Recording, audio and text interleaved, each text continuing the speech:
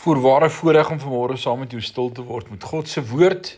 Dag 16 van ons reeks deur die woord.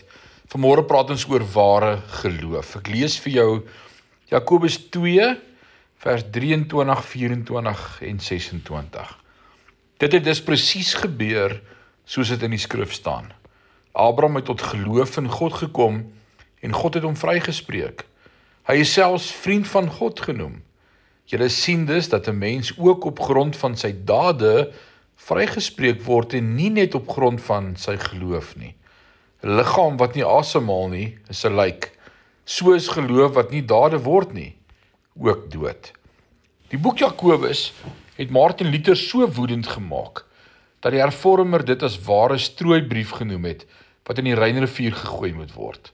En tog bewys Jakobus dat geloof sonder werke dood is, deur na die voorbeeld van Abraham te wys.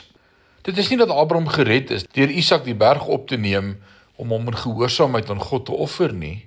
Nee, Jakobus sê die werk wat Abraham gered het jare tevore plaasgevind toe hy eenvoudig in God geglo het.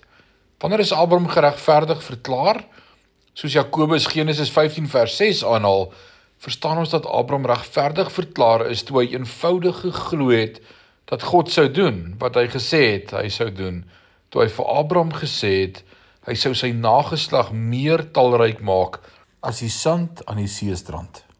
Jakobus en Paulus stem ten volle saam, want hulle bespeer albei dat die oomblik toe Abraham eenvoudig in God geglo het, die oomblik was toe God hom regverdigheid toegereken het. Dit is nie geloof en werke wat 'n mens red nie. Dit is geloof wat werk.